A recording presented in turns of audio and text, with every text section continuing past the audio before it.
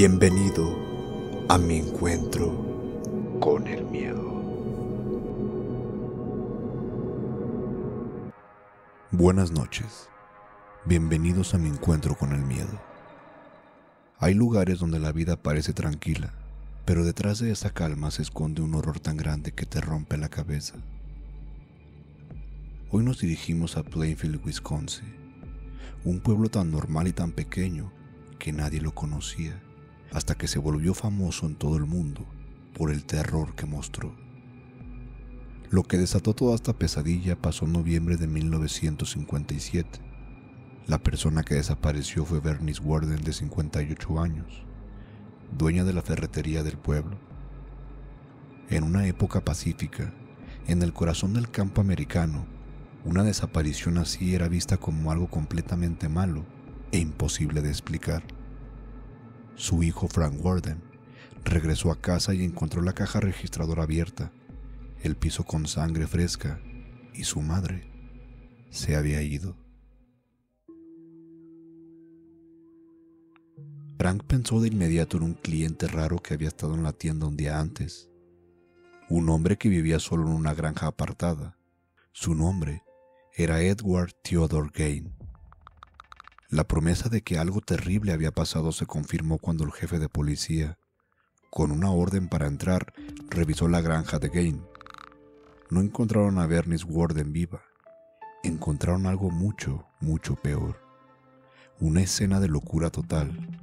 Un montón de cosas grotescas. La prueba de que una persona había profanado la vida de otros de la peor manera. ¿Cómo puede un hombre tan callado, tan tranquilo, al que todos conocían por ser servicial, ganarse el horrible apodo del carnicero de Plainfield? ¿Qué secreto se esconde este caso que sirvió de inspiración a las películas de terror más famosas? ¿Y qué sucede en la mente de un hombre cuando la tristeza por una pérdida se transforma en un ritual de mutilación?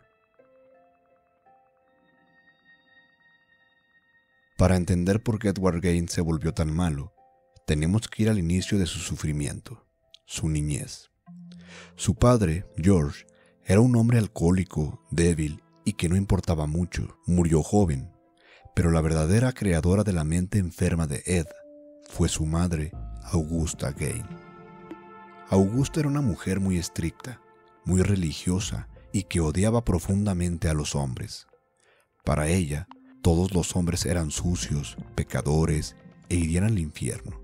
Desde que Edward nació, Augusta solo tuvo una meta: evitar que su hijo fuera como los demás hombres. El resultado fue un control total de su vida. Edward vivía con el miedo constante de ser castigado por Dios.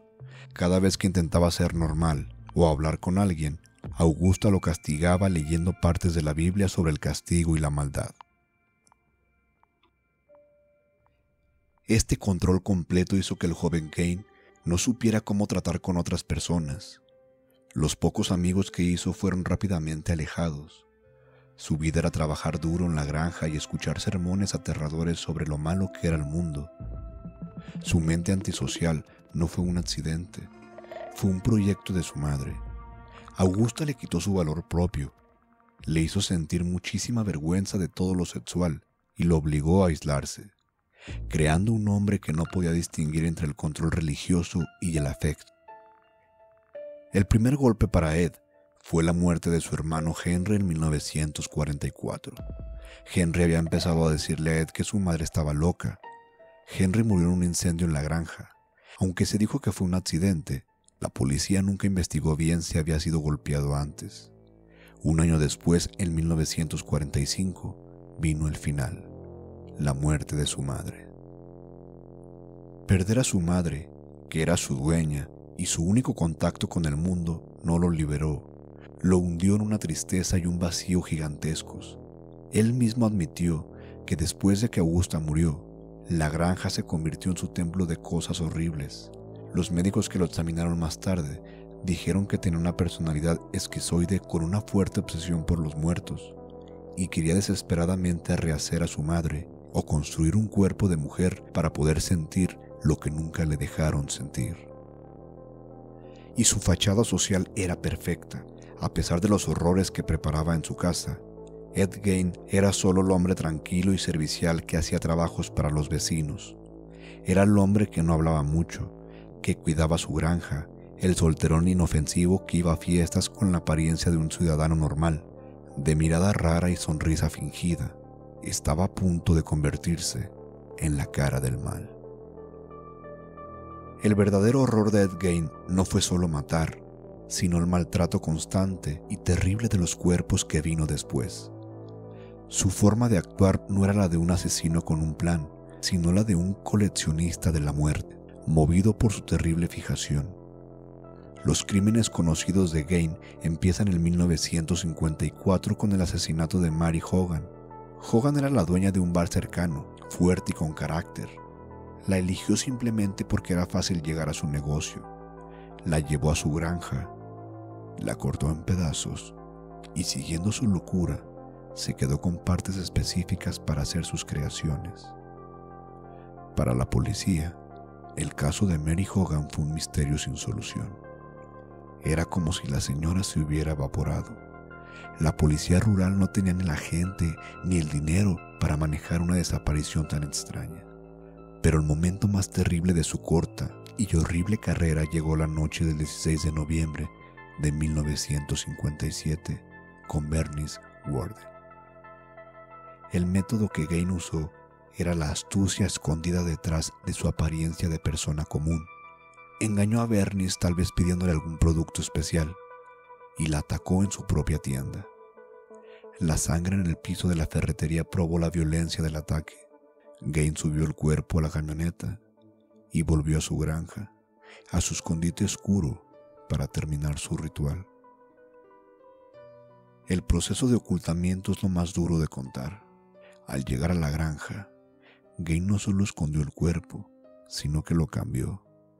Sus colecciones de partes humanas eran el centro de su museo del horror, usando partes de los cuerpos de sus víctimas y de cadáveres que sacaba de los cementerios cercanos con mucha frecuencia.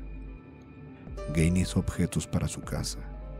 En la granja se encontraron platos hechos con cráneos humanos, pantallas para lámparas hechas con piel de cara cuidadosamente tratada, sillas cubiertas con piel de persona y un horrible traje de mujer hecho con piel cocida. Este proceso de convertir piel y huesos en objetos era su manera de superar la pérdida de su madre y de probarse a sí mismo una identidad femenina que nunca pudo tener. Las dificultades para investigar fueron muy grandes. En un pueblo como Plainfield, la policía era lenta. Además, ¿quién iba a sospechar del granjero callado?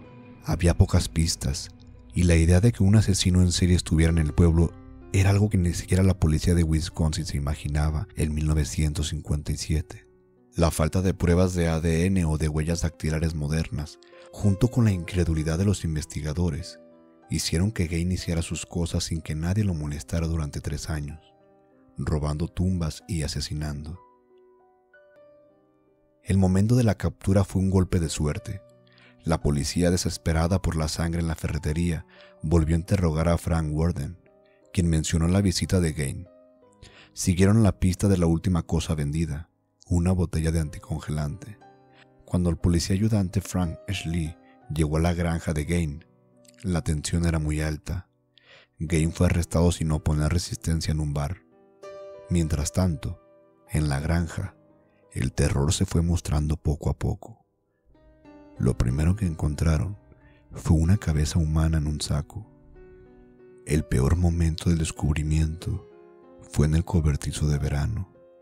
El cuerpo de Bernice Worden, sin cabeza ni órganos, colgado de los tobillos en una polea como si fuera un animal de carnicería. El jefe de la policía contaría después la terrible sensación que tuvo al darse cuenta de que no estaban ante un simple asesino, sino ante una mente que había perdido toda la cordura. Edward Gein fue declarado legalmente demente, o sea que no estaba en sus cabales para ser juzgado completamente. El terror que causó era demasiado grande para que las leyes normales lo manejaran. Su castigo fue vivir encerrado en hospitales psiquiátricos, un final que parecía menos terrible que el que les dio a sus víctimas. En la corte, Gaines se mantuvo tranquilo y sin mostrar emociones, resumiendo su indiferencia con la frase: «Yo únicamente señalo el mapa, no solo el mapa de Wisconsin, sino cualquier mapa. No me interesaba hablar». Murió por problemas respiratorios en 1984 a la edad de los 77 años. Los números finales son claros: 2 asesinatos confirmados, una cantidad desconocida de cuerpos que desenterró y la prueba total de sus horribles creaciones. El carnicero de Plainfield nos mostró que el mal absoluto puede nacer en la soledad, alimentando por los problemas con sus padres y la religión extrema. Su capacidad para engañar a todos, para ser un vecino amable mientras coleccionaba partes humanas, es una advertencia aterradora. La maldad más grande no siempre se ve. A veces, el horror más profundo se esconde detrás de la sonrisa más tímida y callada, en un pueblo tranquilo, esperando el momento de hacer su horrible cosecha.